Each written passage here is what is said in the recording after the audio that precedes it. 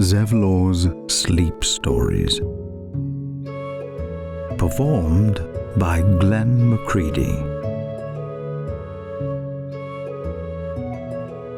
The Tiefling Party by Silly Little Bard.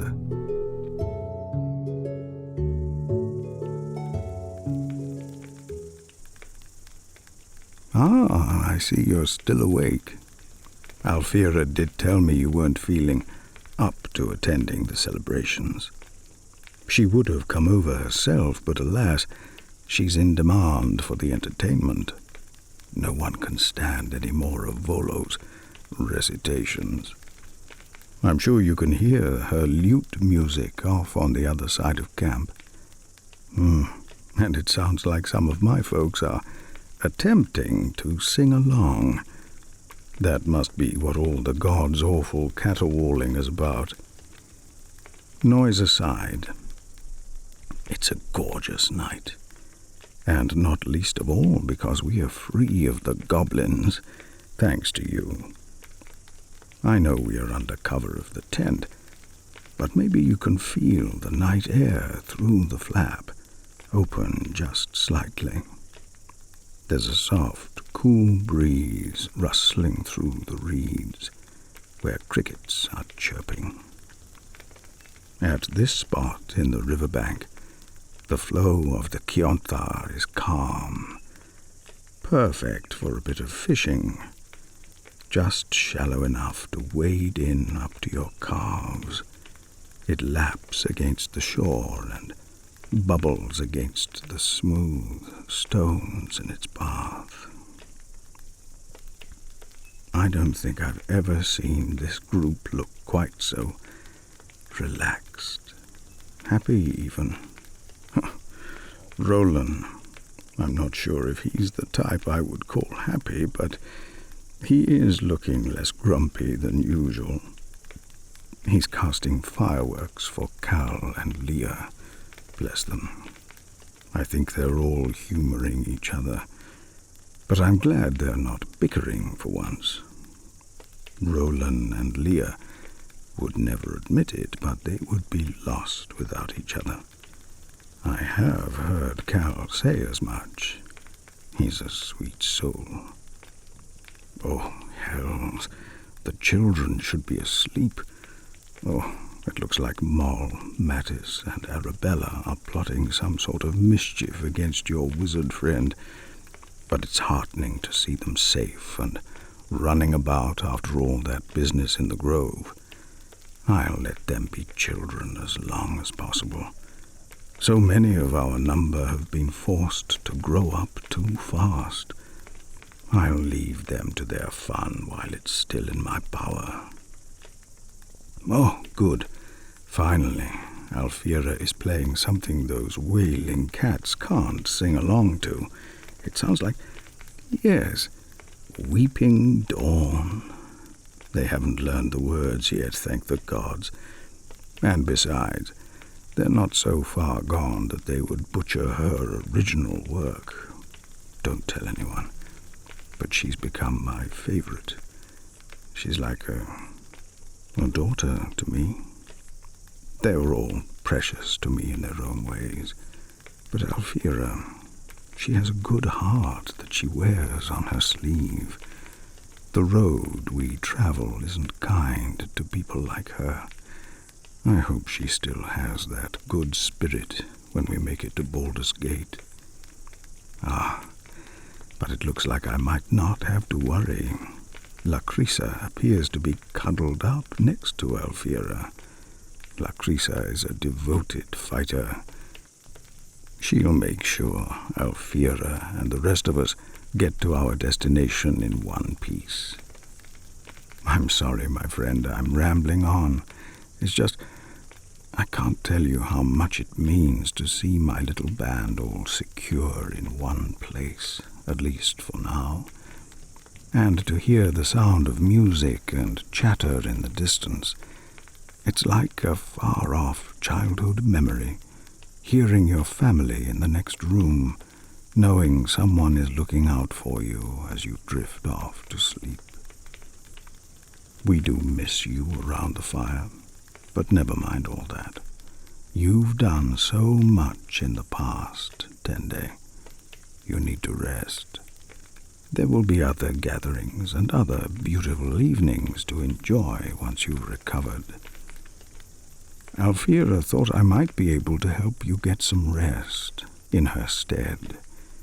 She's typically very good at that sort of thing, but she and I traded proverbial notes, and evidently some of the breathing techniques that bards use to strengthen their playing are quite similar to those I used with my Hell Riders to help them clear their heads. I'm happy to help. I always strive to be of service to good souls such as yourself. Before we start with the breath exercises, I'll help you ground yourself a bit. Settle your mind and connect with your body. I'll talk you through every step.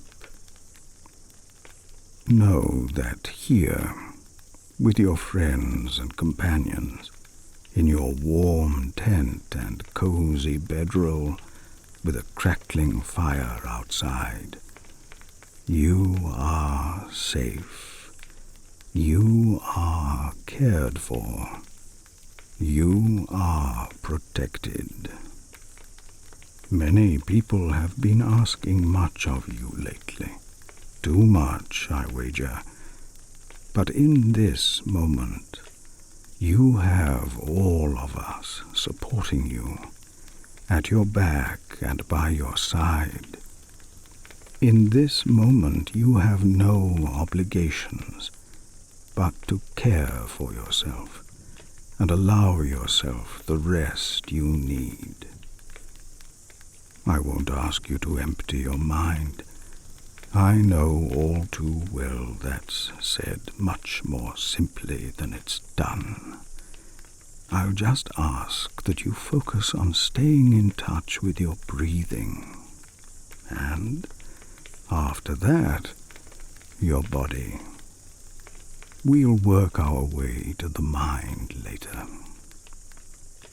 For now, just let your thoughts float through your mind like driftwood down the Kionta, noticing your thoughts but letting them slip out of your attention when they go around the bend. You can do these exercises in any way that suits your body. Standing, sitting, lying down. But if the goal is sleep, maybe it's best to lie on your back, eyes closed. But the most important thing is that you're comfortable and relaxed. Take a moment to find that position that sets you most at ease. Good. Good. Find your breath. If you like, place a hand over your diaphragm, just under your ribs.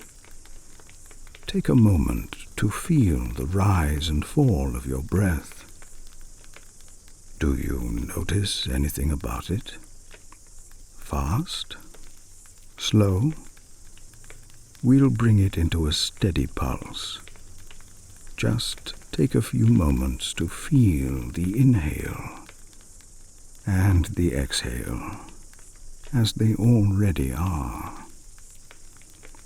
Continue feeling the rhythm of your breathing as it is in this moment, as I talk you through the next part. I'm here with you every step. If you need to adjust the pattern, that's all right. Trust yourself to make modifications in whatever way you need to. I'll still be here, counting you through it. With the slow count of 4, inhale steadily through your nose, feeling the rise of your core as you take in the peaceful night air hold that peace in your body for 4 counts. Then exhale a measured breath through your mouth for 8 counts, releasing the tension in your mind and body. We'll do a practice set for this exercise and then 4 more. Inhale through your nose for 1, 2, 3, 4. Hold the breath for 1, 2, 3, 4. Try not to force the exhale. Let the breath release through your mouth for 1, 2, 3, 4, 5, 6, 7, 8. Remember, trust your body to adjust how it needs to. If you run out before 8, or you have more air than 8 counts, don't force it. Just do your best. Give yourself permission to find what you need. We'll do 4 more. Breathe in, 2, 3, 4. Hold, 2, 3, 4. Out, 2, 3, 4, 5, 6, 7, 8. You're doing well. 3 more. In, 2, 3, 4. Hold, 2, 3, 4. Out, 2, 3, 4, 5, 6, 7, 8. Excellent. I can tell you're more at peace, even just a little. 2 more. In. 2, 3, 4. Hold. 2, 3, 4. Out. 2, 3, 4, 5, 6, 7, 8. You're taking well to the technique. 1 more. In, 2, 3, 4. Hold, 2, 3, 4. Out, 2, 3, 4, 5, 6, 7, 8. There you are. Well done. Now, since we've connected with the breath, we can move on to the rest of your body. Just as before, we'll go through each step together. You'll draw your attention downward, starting at the top of your head and moving steadily toward your feet. You'll allow your attention to connect, without judgment or effort, to areas of comfort and discomfort, and to draw that worry and tension out of your body. Bring a soft focus to the crown of your head. Imagine a warm, gently glowing ball, like the moonlight bathing the landscape outside. Allow that sensation to loosen your muscles as it moves down your scalp, over your forehead, behind your eyes. The light eases every hurt it touches. Even closed, your eyes brighten as the corners turn up and the furrow in your brow lifts. There are so many ways for the face to harden against the world around us. Allow that strain to fall away. Each micro-expression that tightens your face is loosened. You breathe a bit more freely as the light travels through your nose. Your jaw unclenches, maybe closed, maybe open, whatever feels right. The corners of your mouth fall into their natural position. As moonlight flows down your neck, you feel your shoulders drop. The golden glow spreads into your arms and trickles into your fingers.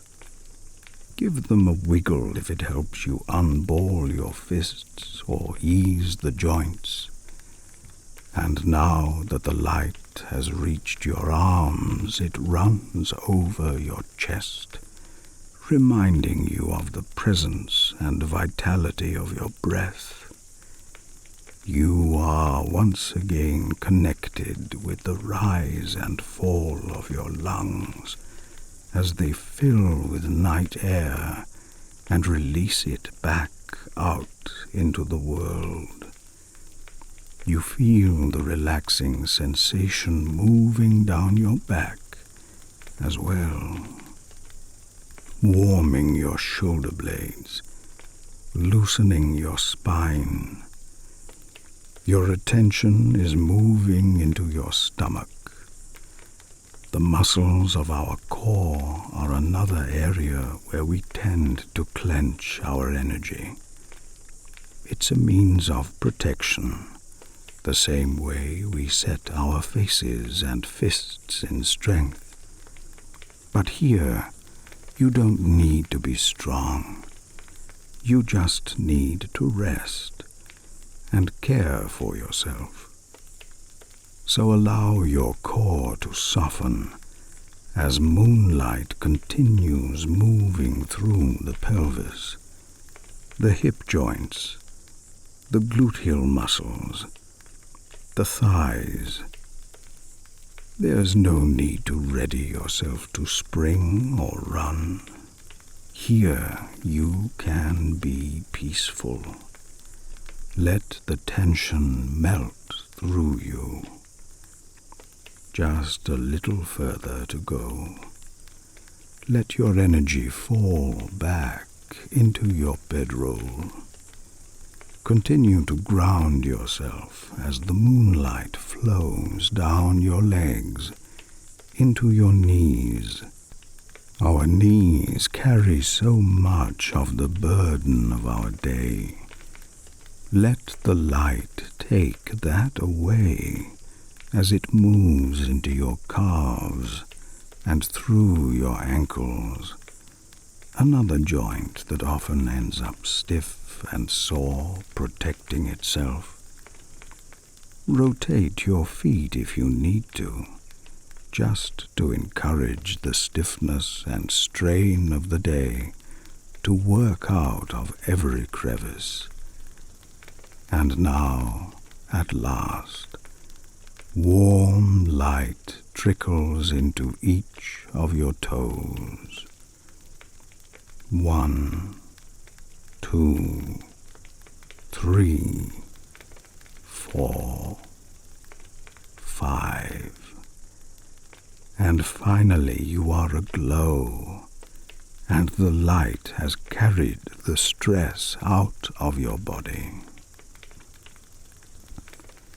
We'll stay with that imagery of warm, golden light just for a bit, to reconnect with the breath. Some simple counting to find that steady rhythm once again. Rest your hand on your stomach if you like. There's no need to change your breathing or do anything special. It does help me to take the image of that moonlight and transform it into a pulsating ember. It's stoked brighter on your inhale, dimming on your exhale. Stay with that imagery. On my count of 1, breathe in through the nose and breathe out on 2. Through the nose is fine, or let the air fall out of your mouth if that feels like the release you need. Then, on 3, inhale again and exhale on 4. In on 5, out on 6, in on 7, out on 8, in on 9, out on 10. Good. And if any thoughts drift your way, allow them to swim into your vision and then swim out. No judgment, no analysis, no attachment. Just focus on the pulse of your breath. I'll count at first, and then I'll let the counting fall away. In on 1, out on 2, in on 3, out on 4, in on 5, out on 6, in on 7, out on 8, in on 9, out on 10. 1, 2, 3, 4, 5, 6, 7, 8, 9, 10. 1, 2, 3, 4, 5, 6, 7, 8, 9, 10. 1, 2, 3, 4, 5, 6, 7, 8, 9, 10.